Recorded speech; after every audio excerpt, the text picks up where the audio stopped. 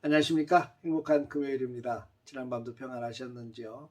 어젯밤에 대한민국과 우루과이 월드컵 경기가 있었죠. 아마 가슴 조마조마하며 응원했던 여러분들일 겁니다. 이기기를 기대했지만 무승부로 끝나서 많이 아쉬워했을 거고요. 그것 때문에 또 잠 못 주무신 분도 혹시 계실는지 모르겠습니다. 그럼에도 불구하고 오늘 또 하나님의 말씀 붙들고 하루 시작하시고 주님의 은혜 속에서 놀라운 승리를 거머쥐는 우리 복된 날 되시기를 주의 이름으로 축복합니다. 오늘은 이사야서 29장의 말씀을 통해서 하나님의 본심이라고 하는 주제로 함께 은혜를 나누도록 하겠습니다. 29장은 기원전 701년 아수르의 사네립이 유다를 침공하고 예루살렘을 포위를 하죠. 이런 배경을 가지고 쓰여진 글인데, 하나님께서 아수르의 공격으로부터 이스라엘을 물리치시고 예루살렘을 구원해 주실 것에 대해서 예언하고 있습니다. 근데 선지자는 비록 예루살렘이 그 위기에서 벗어나게 되겠지만 그 백성의 모습들, 말씀을 들어도 깨닫지 못하고 영적 소경이 되었음을 밝히고 있습니다. 참 안타까운 모습이 있죠. 1절을 보면 당시 이스라엘에 대한 하나님의 안타까운 마음이 표현되고 있는데 이렇게 말합니다. 슬프다 아리엘이여. 아리엘이라고 하는 건 예루살렘을 가리키죠. 예루살렘이 어떤 곳입니까? 다윗의 왕조가 있는 곳이고 그리고 하나님께 예배하는 성전이 있는 곳이에요. 이스라엘 백성들의 남자들은 1년에 3차례씩 절기 때마다 예루살렘 성전을 찾습니다. 그리고 그곳에서 예배를 하죠.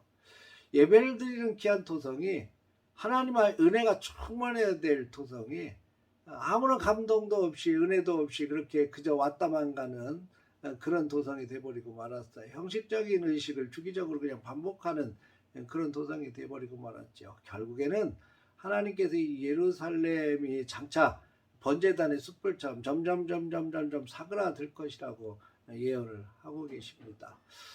결국 이런 도성을 사그라들게 만드는 이유로 아수르를 통해서 공격을 하게 되고, 물론 하나님께서 계획하셨고 하나님이 아수르를 사용하셔서 이스라엘을 공격을 합니다.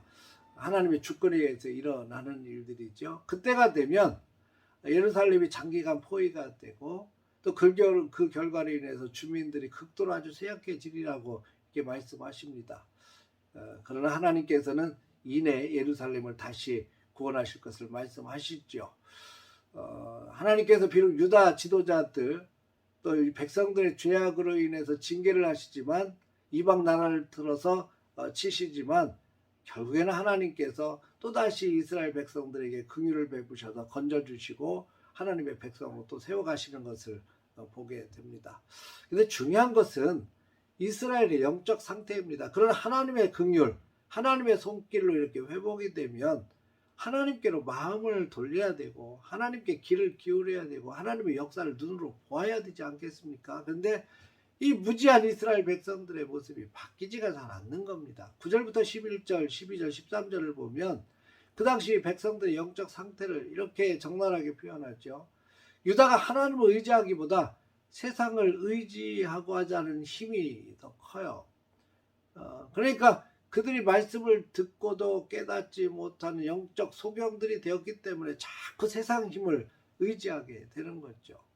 선지자를 통해서 그들에게 하나님의 메시지가 계속해서 던져지는데, 던져지는 말씀이 있다 해도 마치 봉인된 책처럼 도무지 백성들이 깨닫지를 못합니다. 이해할 수가 없습니다.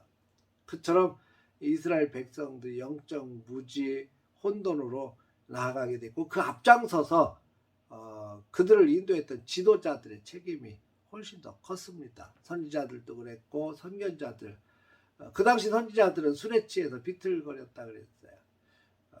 그런 선지자들의 왜곡된 말씀 사역에 의해서 백성들도 소경처럼 비틀거리며 살 수밖에 없었던 안타까운 현실을 말씀하고 있습니다. 또 하나는 유다 백성들이 하나님 앞에 나와서 입술로는 하나님을 존경한다고 하지만 마음으로는 하나님을 점점 떠나가 버린, 그저 그냥 형식만 남아버린 그들의 신앙에 대해서도 지적을 하고 있습니다. 결국 이런 유다 백성들은 하나님의 징계를 피할 수 없게 됐죠. 근데 여러분, 하나님께서 징계를 하시는데 진짜 하나님의 본심은 무엇일까요? 정말 이스라엘이 쫄딱 망하기를 원하실까요? 이 이방인을 통해서 공격하게 하시고 아픔을 겪게 하시는데 그 이스라엘이 이방인에 의해서 무참하게 짓밟히고 끝나버리기를 원하시는 걸까요? 그렇지 않습니다. 진짜 하나님의 본심은 백성들의 마음이 돌아오기를 원하는 거죠. 입술로만이 아니라 마음까지도 하나님을 향하고 마음을 다해서 하나님을 섬기기를 원하고 계십니다. 17절에 보면 얼마 안 가서라고 이렇게 말합니다. 얼마 안 가서, 즉 머지않아서 하나님의 구원의 손길이 미치게 될 것이라는 겁니다. 아술의 지배 아래에 있었던 레바논이 다시 자유롭고 풍요롭게 될 것이라고 하는 예언을 해주고 있습니다. 큰 구원의 날을 선포하고 있는 거죠.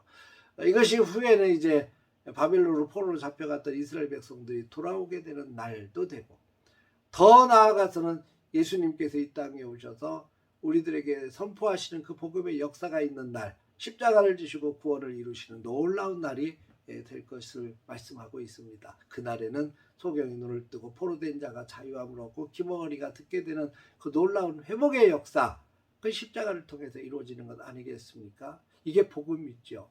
예수님을 통해서 이루실 진짜 복음의 역사가 장차 머지않아서 일어나게 될 것이라는 겁니다.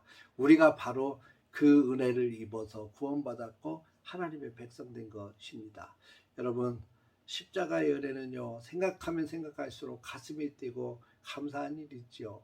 우리는 영적 소경이 되지 않았으면 좋겠어요. 언제든지 우리의 눈으로 보고 듣고 깨닫는 것들이 내 가슴속에 감동으로 남고, 그것이 우리의 마음을 하나님께 드리고 믿음을 가지고 주님을 바라보며 우리의 시선을 하나님에게서 떼지 아니하고 정말 하나님의 중심, 하나님 은혜의 중심, 하나님 말씀 중심, 주님의 사랑을 덧입어서 하루하루 날마다 승리하며 나갈 수 있는 우리 모두가 되어지길 바랍니다. 오늘 또 그 믿음 가지고 주님 바라보며 그 믿음 가지고 승리하는 행복한 날 되시기를 주의 이름으로 축복합니다.